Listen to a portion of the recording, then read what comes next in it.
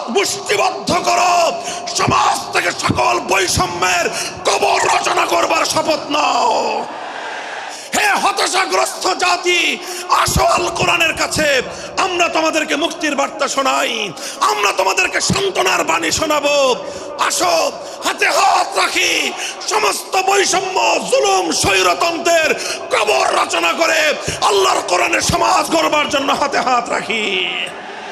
যদি ইনসাফ কায়েম না করা যায়, ইসলাম অনুসরণ করা যায় না, যদি বেইনসাফের বিরুদ্ধে লড়াই না করতে পারো, মিথ্যে মুসলমানিত্বের দাবি ত্যাগ করো।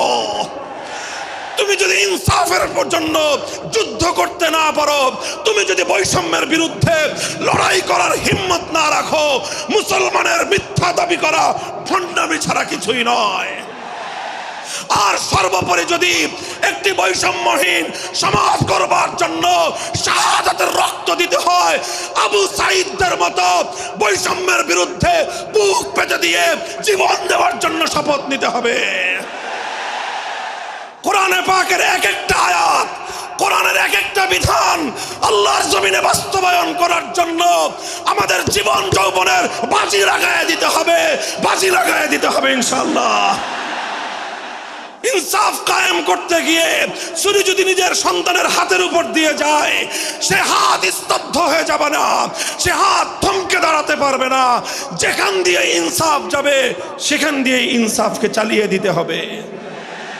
এই সমাজ, এই জমিন এখন বিপ্লবী চায়।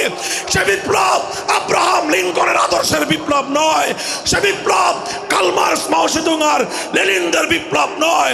বাংলার মাটি আরেকটা বিপ্লব দেখতে চায়, সে বিপ্লব হবে আল কোরআনের বিপ্লব, সে বিপ্লব হবে ইসলামী সমাজ গঠনের বিপ্লব।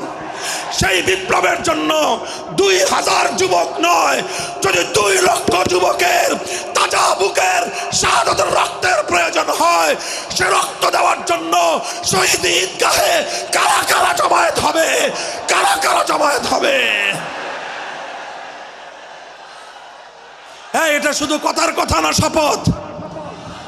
এটা কথার কথা না, শপথ। এটা অঙ্গীকার। কার সাথে? কার সাথে? যেই অপরাধ করে মন্ত্রীর দুলাভাই ছাড়া পেয়েছে, যেই